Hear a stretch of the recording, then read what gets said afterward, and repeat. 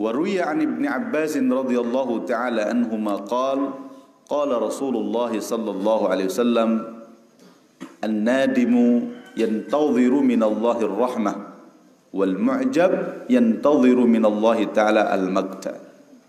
Wa'lamu ibadallah anna kulla 'amilin sayaqdamu 'ala 'amalihi wa la yakhruju min ad-dunya hatta yara husna 'amalihi wa su'a 'amalihi wa innamal a'mal bi khawatimiha wal lail wan naharu matiyatan fa ahsinu as-sayra 'alayhima ila al-akhirah wahdharu at-taswif fa innal mauta ya'ti baghtatan wa la yaghtarranna ahadukum bi hilmillahi 'azza wa jalla fa innal jannata wan nara aqrabu ila ahadikum min shirakin 'alayhi.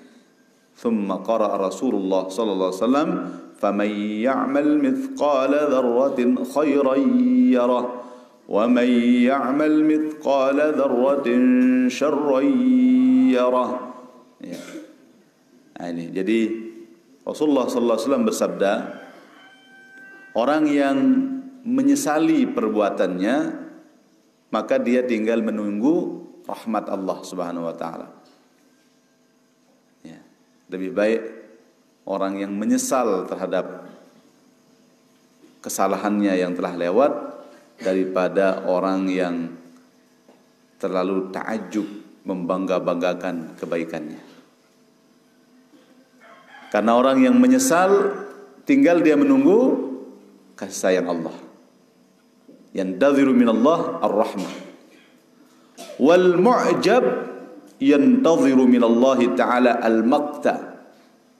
Sedangkan kalau orang yang ujub, yang bangga diri, ya, oi, masya Allah. Mana contohnya dia membanggakan diri? Saya ini setiap hari baca selawat 1000 kali. Segerah tidak tamat surga. Aroh. Dibandingkan bagi batur-batur salainan ja mun 10 kali malah kadang-kadang arah. Nah, ini namanya mu'jab, bangga diri, ujub. Ya, apa yang ditunggu oleh orang-orang yang mu'jab? Ya, yantadhiru minallahi ta'ala al-maqta, murkanya Allah yang dia tunggu. Ya, kalau kita ujub, ya udah murka Allah. Jangan pernah bangga terhadap apa yang pernah kita lakukan. Lebih baik kita menyesal terhadap apa yang pernah kita perbuat. Sesali, ya Allah, selama ini saya banyak dosa. Ada nasihat Imam Al-Ghazali supaya kita tidak ujub. Ya.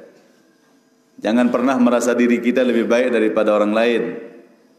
Maka di saat kita melihat orang kecil, kita berpikir bahwa orang kecil ini lebih baik daripada kita. Oh ya, dia belum banyak mengerjakan maksiat. Sedangkan saya, ya Allah, sudah berapa tahun sudah. Kalau dia masih kecil, dia lebih mulia daripada saya. Di saat kita melihat orang yang lebih tua, apa kita bilang? Allah, orang ini hebat. Dia lebih dulu beriman daripada saya. Dia lebih dulu mengerjakan salat daripada saya. Dia lebih dulu bersujud daripada saya. Maka dia lebih hebat daripada saya. Sehingga selalu kita akan merasa orang lain lebih bagus daripada kita. Itu untuk menghindari yang namanya ujub. Ya. Hatta di saat kita melihat orang yang ahlul maksiyah pun, apa kita bilang? Apa ke dalam pikiran kita? Ini orang ini kalau nanti dia bertaubat, Allah akan mengampuni dosanya. Tapi sedangkan saya tidak tahu ke depannya. Apakah saya husnul khatimah atau tidak? Jadi belum tentu juga kita lebih baik daripada mereka.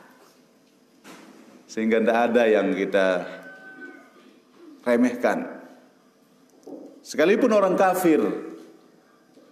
kafir pun kita melihat, apa kita bilang? Ini kalau dia nanti diberikan hidayah oleh Allah, dia masuk Islam bersih, tidak punya dosa sedikit pun, dia akan kembali seperti baru lahir. Sedangkan saya belum tentu ini bisa mempertahankan iman sampai akhir hayat. Maka di saat kita melihat orang lain, kita akan selalu merasa orang lain itu lebih baik. Jadi apa sabda Rasulullah? Wal yantadhiru minallahi ta'ala al-maqta. Orang yang ujub merasa lebih baik daripada orang lain, itu yang akan dia tunggu hanya murka Allah. Wa'lamu ibadallah, ketahuilah wahai hamba-hamba Allah, anna kulla 'amilin sayaqdamu ala amilih. Setiap orang yang beramal di muka bumi ini, dia akan menemukan nanti apa yang telah dia perbuat. Iya. Apa yang kita perbuat, itulah yang kita akan dapatkan. Tergantung kita. Ya. Bagus tegawe, bagus tedait. Lengek tegawe, lengek tedait. Ya, bahasan guru Mas Mirah. Allah. Wala yakhruju minad dunya hatta yara husna amali. Orang yang berbuat baik tidak akan keluar dari dunia ini sampai dia melihat terlebih dahulu apa yang kebaikan daripada amal-amalnya. Wa su'a amalih, begitu juga yang berbuat jelek tidak akan keluar dari dunia sebelum dia melihat kejelekan amalnya. Wa innamal a'malu bi khawatimiha. Setiap perbuatan yang menentukan adalah akhirnya. Terakhir besok itu menentukan. Sekalipun kita di awal bagus tapi di akhirnya jelek, maka jeleklah yang kita dapatkan. Nauzubillah min dzalik, ya. Wal lailu wan naharu matiyatan. Siang dan malam ini pemberian Allah. Kita diberikan hidup nih siang hari ini, mudah-mudahan bisa habis sampai sore nanti. Setelah sore nanti mudah-mudahan sampai pagi. Ini pemberian Allah. Ya. Fahsinus sayra alaihima ilal akhirah. Maka pergunakan ini. Siang malam yang Allah berikan ini pergunakan dengan sebaik-baiknya.